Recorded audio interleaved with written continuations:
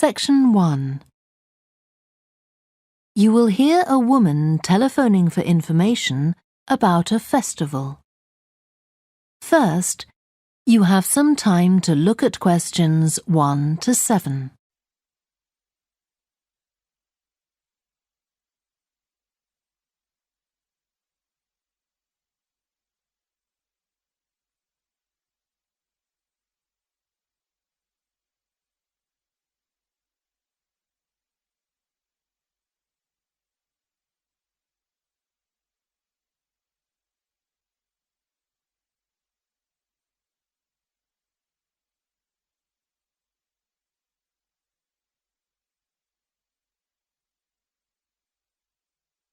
You will see that there is an example that has been done for you. On this occasion only, the conversation relating to this will be played first. Good morning, Stretton Festival box office. How can I help you? Oh, hello. My family and I are on holiday in the area and we've seen some posters about the festival this week. Could you tell me about some of the events, please? Of course. First of all, are there still tickets available for the jazz band on Saturday? There are, but only £15. The £12 seats have all been sold. The man says that tickets are available for £15, so 15 has been written in the space. Now we shall begin. You should answer the questions as you listen because you will not hear the recording a second time. Listen carefully and answer questions 1 to 7. Good morning, Stretton Festival box office. How can I help you? Oh, hello. My family and I are on holiday in the area and we've seen some posters about the festival this week. Could you tell me about some of the events, please? Of course. First of all, are there still tickets available for the jazz band on Saturday? There are, but only £15. The £12 seats have all been sold. OK, and the venue is the school, isn't it? Yes, that's right. The secondary school. Make sure you don't go to the primary school by mistake. And there's an additional performer who isn't mentioned on the posters. Carolyn Hart is going to play with the band. Oh, I think I've heard her on the radio. Doesn't she play the oboe or flute or something? Yes, the flute. She usually plays with symphony orchestras, and apparently this is her first time with a jazz band. Well, I'd certainly like to hear her. Then the next thing I want to ask about is the duck races. I saw a poster beside a river. What are they exactly? Well, you buy a yellow plastic duck, or as many as you like. They're £1 each. And you write your name on each one. There'll be several races, depending on the number of ducks taking part. And John Stevens, a champion swimmer who lives locally, is going to start the races. All the ducks will be launched into the river at the back of the cinema. Then they'll float along the river for 500 metres, as far as the railway bridge. And are there any prizes? Yes. The first duck in each race to arrive at the finishing line wins its owner free tickets for the concert on the last night of the festival. You said you can buy a duck. I'm sure my children will both want one. They're on sale at a stall in the market. You can't miss it. It's got an enormous sign showing a couple of ducks. OK, I'll go there this afternoon. I remember walking past there yesterday. Now, could you tell me something about the flower show, please? Well, admission is free and the show is being held in Bythwaite Hall. Sorry, how do you spell that? Bythwaite.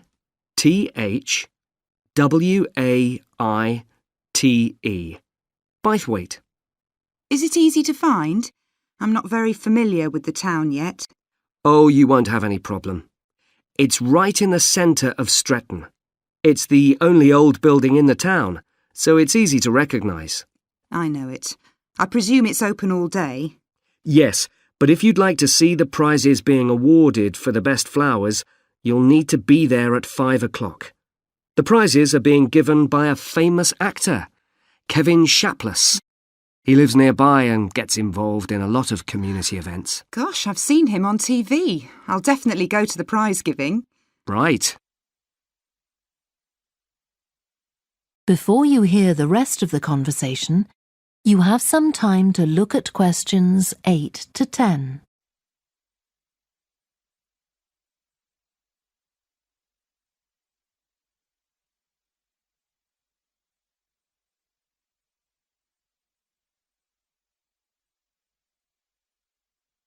Now listen and answer questions 8 to 10.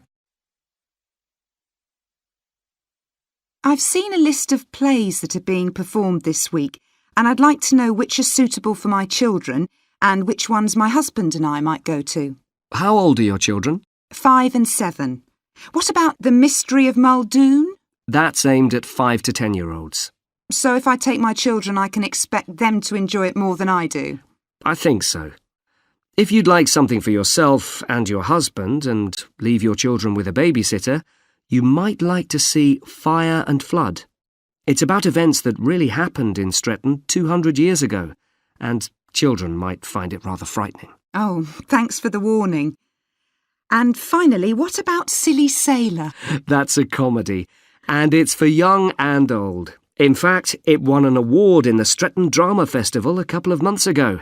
OK. Well, goodbye and thanks for all the information. I'm looking forward to the festival. Goodbye. That is the end of section 1. You now have half a minute to check your answers.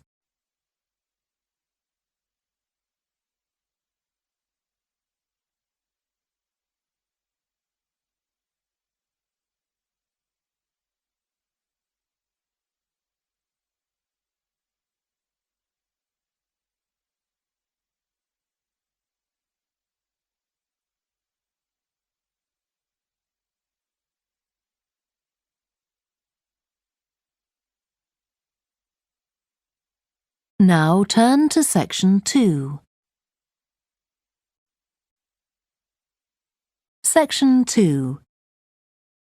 You will hear a guide at an art museum talking to a group of visitors. First, you have some time to look at questions 11 to 16.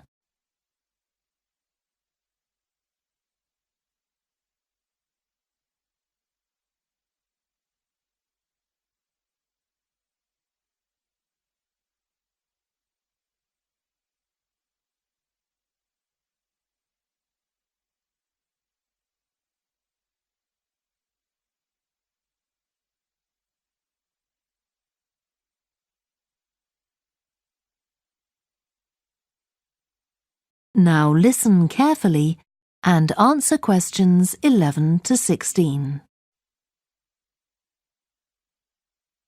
Good morning and welcome to the museum, one with a remarkable range of exhibits which I'm sure you'll enjoy.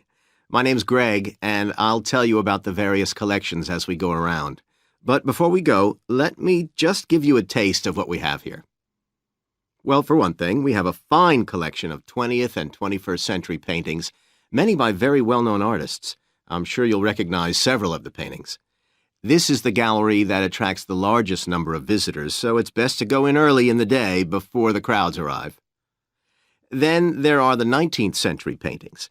The museum was opened in the middle of that century, and several of the artists each donated one work to get the museum started, as it were. So they're of special interest to us. We feel closer to them than to other works. The sculpture gallery has a number of fine exhibits, but I'm afraid it's currently closed for refurbishment. You'll need to come back next year to see it properly, but a number of the sculptures have been moved to other parts of the museum. Around the World is a temporary exhibition. You've probably seen something about it on TV or in the newspapers. It's created a great deal of interest because it presents objects from every continent and many countries and provides information about their social context, why they were made, who for, and so on. Then there's the collection of coins. This is what you might call a focused specialist collection, because all the coins come from this country and were produced between 2,000 and 1,000 years ago. And many of them were discovered by ordinary people digging their gardens and donated to the museum. All our porcelain and glass was left to the museum by its founder when he died in 1878, and in the terms of his will, we're not allowed to add anything to that collection. He believed it was perfect in itself, and we don't see any reason to disagree. Before you hear the rest of the talk, you have some time to look at questions 17 to 20.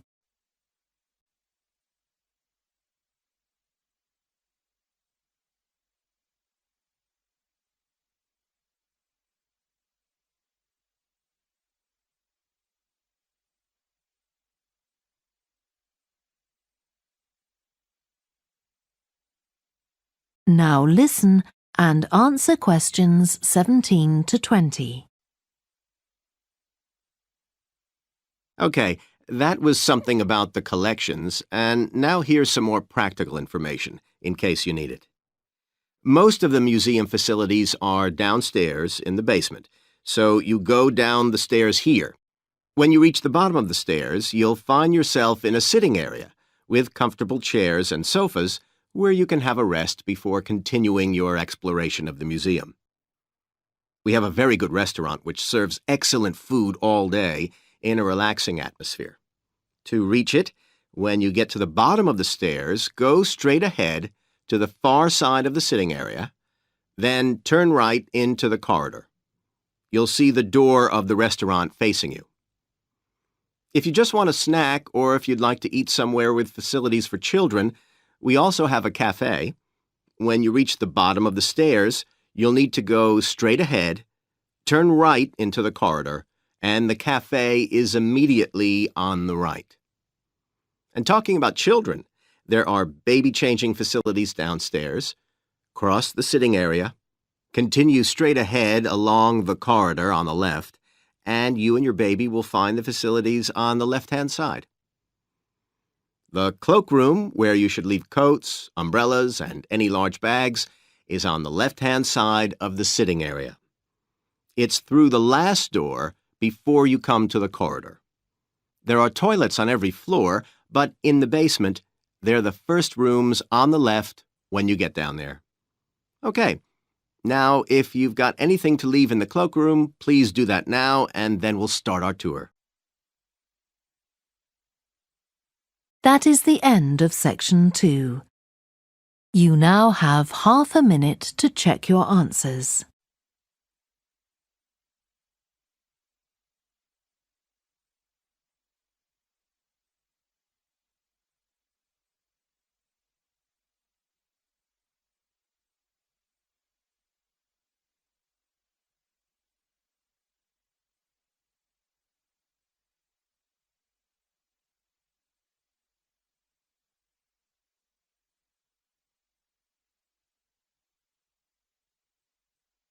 Now turn to section 3. Section 3. You will hear a student called Joanna talking to her new supervisor about some research she has done on psychology and music. First, you have some time to look at questions 21 to 26.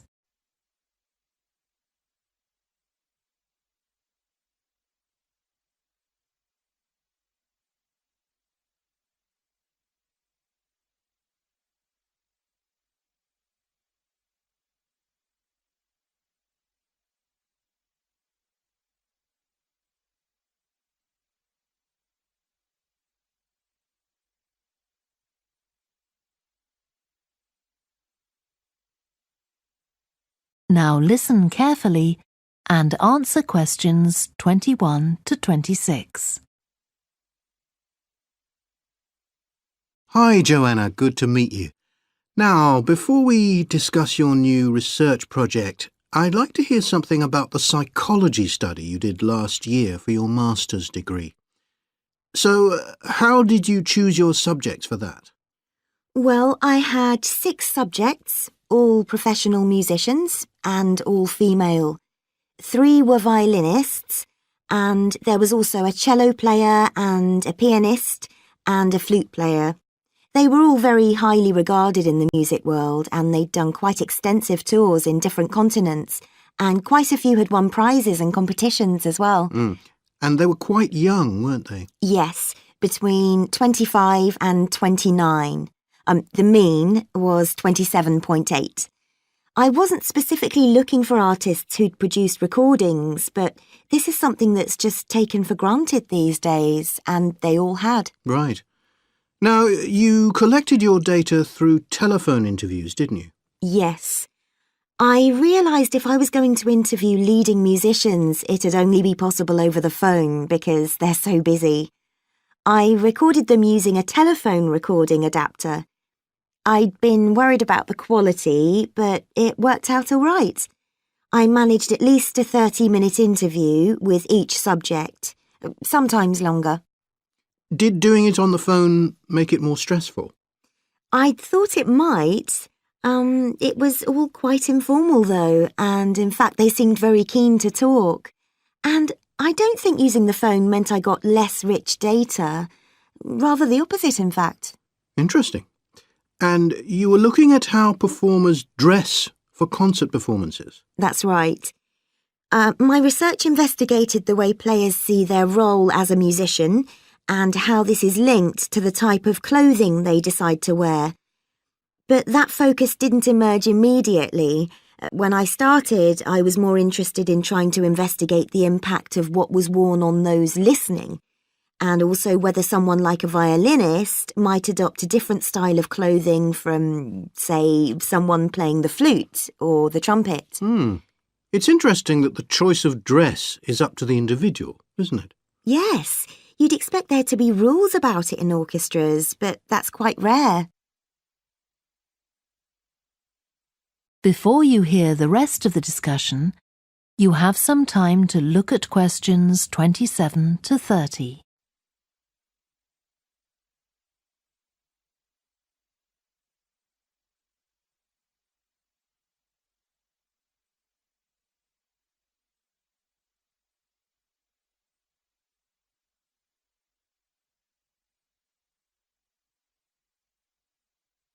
Now listen and answer questions 27 to 30. You only had women performers in your study. Was that because male musicians are less worried about fashion? I think a lot of the men are very much influenced by fashion, but in social terms, the choices they have are more limited. They'd really upset audiences if they strayed away from quite narrow boundaries. Now, popular music has quite different expectations. Did you read Mike Frost's article about the dress of women performers in popular music? No. Well, he points out that a lot of female singers and musicians in popular music tend to dress down in performances and wear less feminine clothes, like jeans instead of skirts. And he suggests this is because otherwise they'd just be discounted as trivial. But you could argue they're just wearing what's practical. I mean, a pop music concert is usually a pretty energetic affair. Yes, he doesn't make that point, but I think you're probably right. I was interested by the effect of the audience at a musical performance when it came to the choice of dress. The subjects I interviewed felt this was really important. It's all to do with what we understand by performance as a public event. They believed the audience had certain expectations, and it was up to them as performers to fulfil these expectations, to show a kind of esteem. They weren't afraid of looking as if they'd made an effort to look good. I think in the past, the audience would have had those expectations of one another too, but that's not really the case now. Not in the UK, anyway. No. And I also got interested in what sports scientists are doing too, with regard to clothing. Musicians are quite vulnerable physically, aren't they? Because the movements they carry out are very intensive and repetitive. So I'd imagine some features of sports clothing could safeguard the players from the potentially dangerous effects of this sort of thing. Yes, but musicians don't really consider it.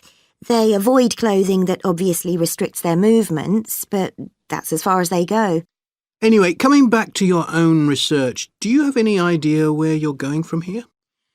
I was thinking of doing a study using an audience, including... That is the end of section 3. You now have half a minute to check your answers.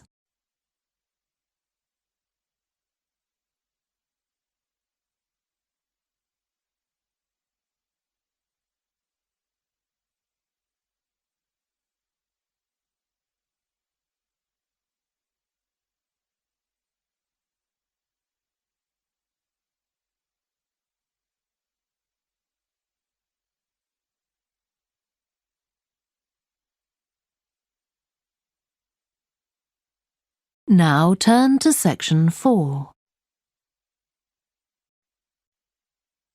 Section 4.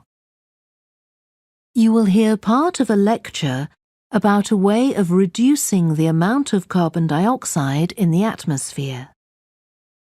First, you have some time to look at questions 31 to 40.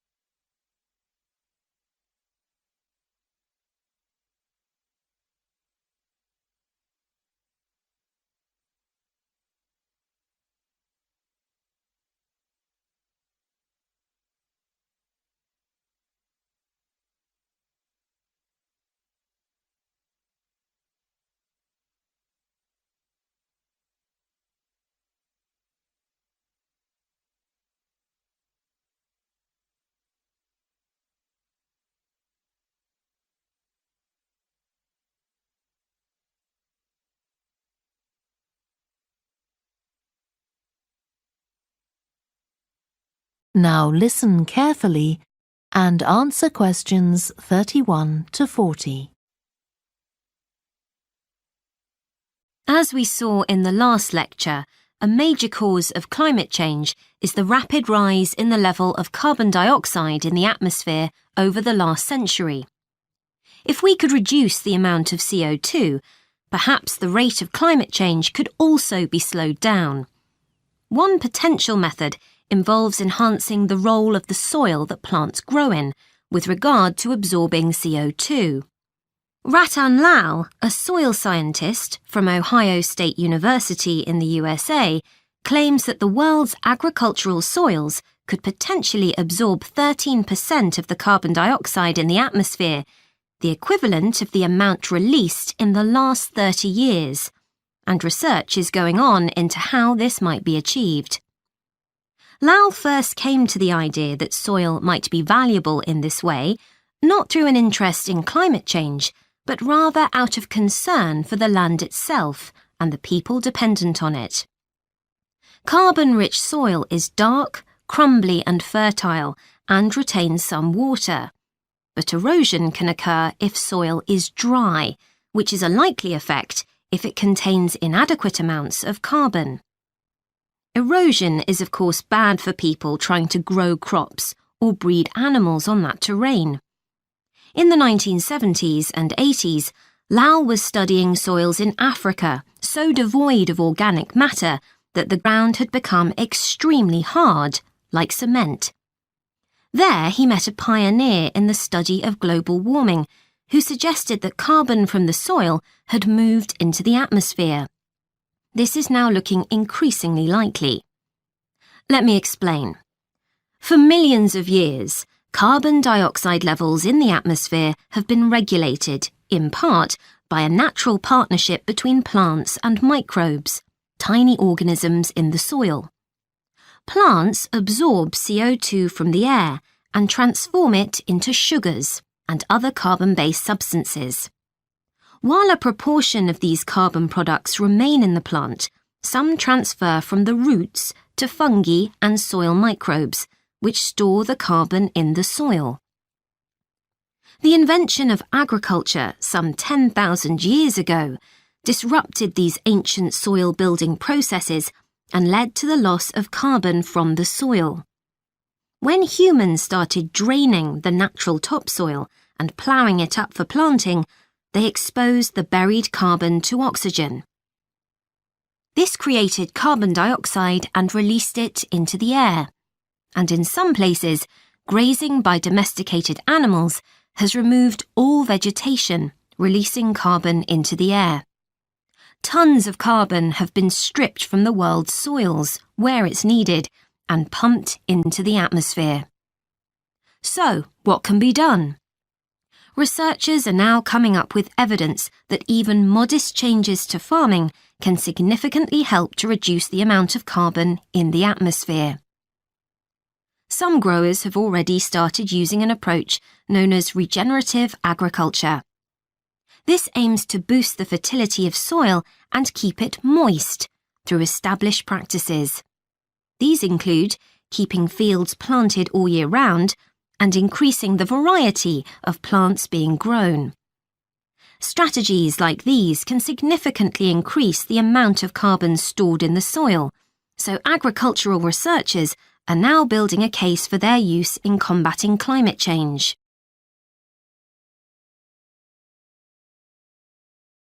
One American investigation into the potential for storing CO2 on agricultural lands is taking place in California.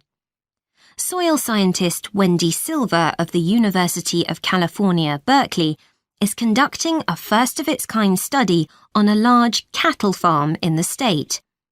She and her students are testing the effects on carbon storage of the compost that is created from waste, both agricultural, including manure and corn stalks, and waste produced in gardens, such as leaves, branches, and lawn trimmings. In Australia, soil ecologist Christine Jones is testing another promising soil enrichment strategy. Jones and 12 farmers are working to build up soil carbon by cultivating grasses that stay green all year round. Like composting, the approach has already been proved experimentally. Jones now hopes to show that it can be applied on working farms and that the resulting carbon capture can be accurately measured. It's hoped in the future that projects such as these will demonstrate the role that farmers and other land managers can play in reducing the harmful effects of greenhouse gases. For example, in countries like the United States, where most farming operations use large applications of fertilizer, changing such long-standing habits will require a change of system. Ratan Lal argues that farmers should receive payment, not just for the corn or beef they produce, but also for the carbon they can store in their soil. Another study being carried out. That is the end of section 4. You now have half a minute to check your answers.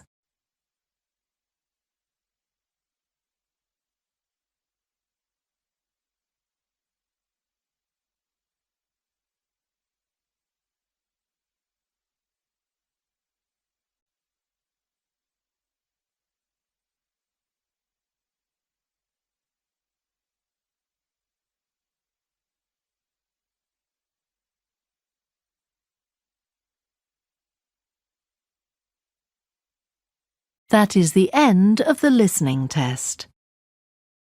You now have 10 minutes to transfer your answers to the answer sheet. Please stop writing and wait for your question booklet to be collected.